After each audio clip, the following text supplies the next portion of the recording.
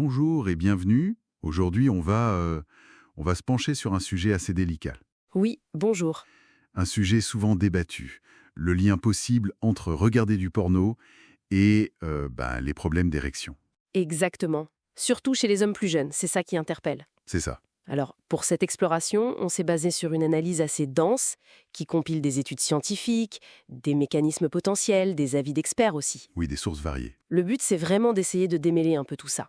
Parce que les infos sont parfois contradictoires, hein. Tout à fait. Alors peut-être juste repréciser, la dysfonction érectile, la DE, c'est bien l'incapacité répétée d'obtenir ou de maintenir une érection suffisante pour un rapport. D'accord. Et si c'est souvent lié, oui, à l'âge ou à des conditions médicales, on observe une augmentation chez les moins de 35 ans. C'est pas rien. Environ 23% rapportent des difficultés. Ah oui, quand même, 23%. Ça soulève forcément des questions sur d'autres facteurs, comportementaux notamment. Et c'est là que la pornographie entre en jeu. D'où ce concept dont on entend parler, parfois de manière un peu controversée, la dysfonction érectile induite par la pornographie. PIED en anglais, je crois. C'est ça, l'acronyme PIED. L'idée derrière, si j'ai bien compris, ce serait une sorte de désensibilisation, le cerveau qui s'habitue. C'est une des hypothèses, oui, mais d'autres réfutent un lien direct. C'est vraiment pas tranché. Bon, alors, plongeons dedans. Que disent ces études compilées dans nos sources? C'est quoi le verdict de la science?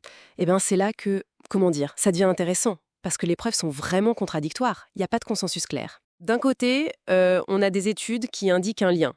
Par exemple, une enquête européenne de 2020 sur plus de 3000 hommes quand même. Oui, Elle a trouvé que plus les hommes passaient de temps à regarder du porno, la moyenne était de 69 minutes par semaine, d'accord. plus les taux de DE rapportés étaient élevés. Hmm, une corrélation donc. Une corrélation, voilà. Et une autre étude de Psychology Today, sur environ 2000 participants, a montré que, chez les utilisateurs considérés comme compulsifs, Oui, une proportion non négligeable, entre 17% et 58% selon les critères, rapportait une dysfonction sexuelle. ah oui, c'est une fourchette large mais significative. Et point intéressant, chez les moins de 35 ans dans cette étude, la quantité de porno regardée était corrélée à la sévérité de la DE. D'accord, donc plus on regarde, plus le problème pourrait être sévère chez les jeunes. C'est ce que cette étude suggère, et il y a aussi des rapports cliniques mentionnés dans une revue de 2016 qui décrivent des cas où des hommes ont vu leur DE se résoudre après avoir arrêté de consommer du porno. Donc des cas individuels qui semblent confirmer l'idée, au moins pour certains. Mais vous disiez que c'était contradictoire. Quelles sont les études qui, elles, ne trouvent pas ce lien? Oui, parce qu'il y en a. Une étude de 2019, publiée dans le Journal of Sex Medicine, n'a pas trouvé d'association constante entre l'usage, disons, général de porno et la DE. Ah, usage général. Oui, c'est la nuance importante. Par contre, dans cette même étude, quand l'usage était auto-déclaré comme problématique par les participants eux-mêmes, Là, ça changeait. là, une corrélation apparaissait. Donc ça suggère que c'est peut-être plus lié à la perception de l'usage comme étant un problème ou à un usage excessif qu'à l'usage en soi. Intéressant. Donc la perception subjective joue un rôle. Tout à fait. Et puis, il faut mentionner les recherches de Nicole Prause en 2015.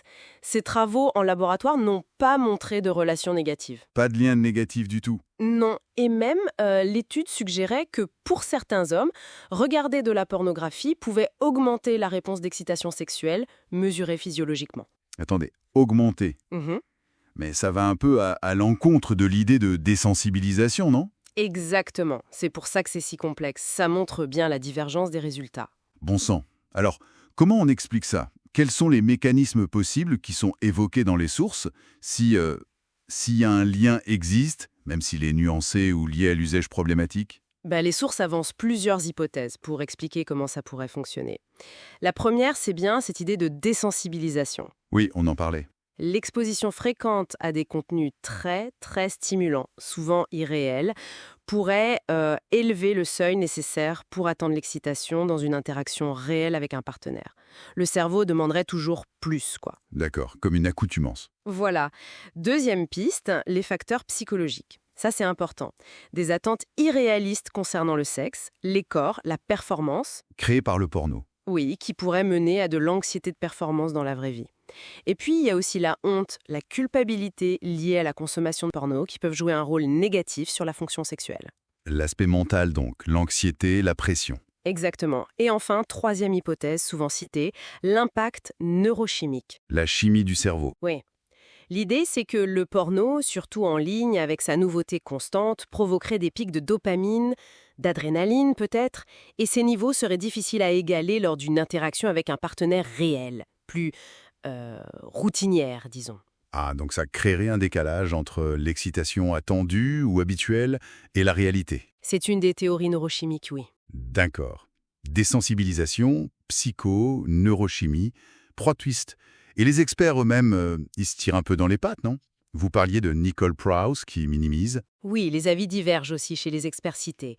Nicole Prause, par exemple, insiste sur le manque de preuves solides pour un lien causal direct, surtout pour un usage non problématique. D'accord. Mais d'autres cliniciens, comme Nikki Martinez ou Nathalie Feingold-Goldberg, qui sont mentionnés, expriment plus d'inquiétude sur l'impact potentiel sur le désir, sur la connexion avec le partenaire. Elles recommandent parfois la prudence, voire des pauses de porno. Des pauses.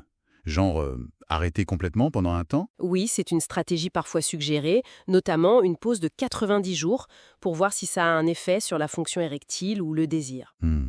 Mais ce qui semble ressortir, si je synthétise un peu, c'est que le risque, s'il existe, est peut-être plus concentré sur l'usage qui devient problématique ou compulsif. C'est vraiment le fil rouge qui semble émerger de la plupart des sources, oui.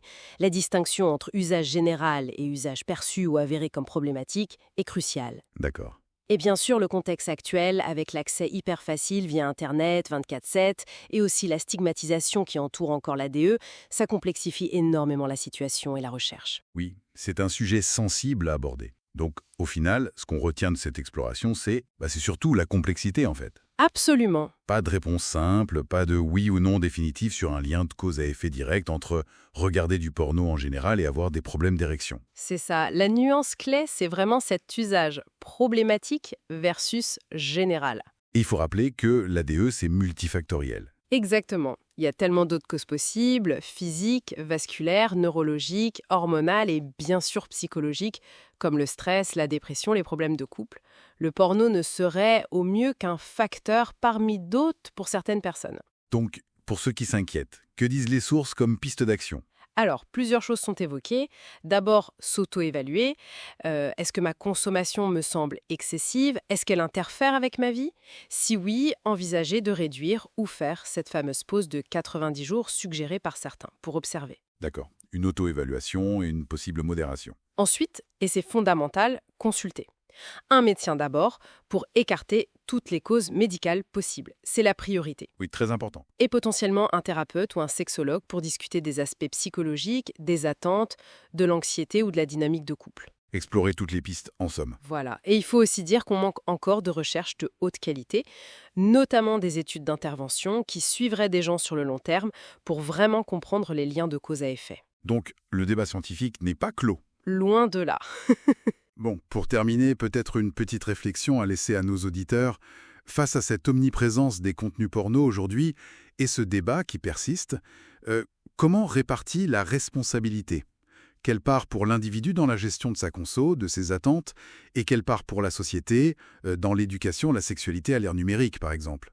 C'est une excellente question et elle est complexe.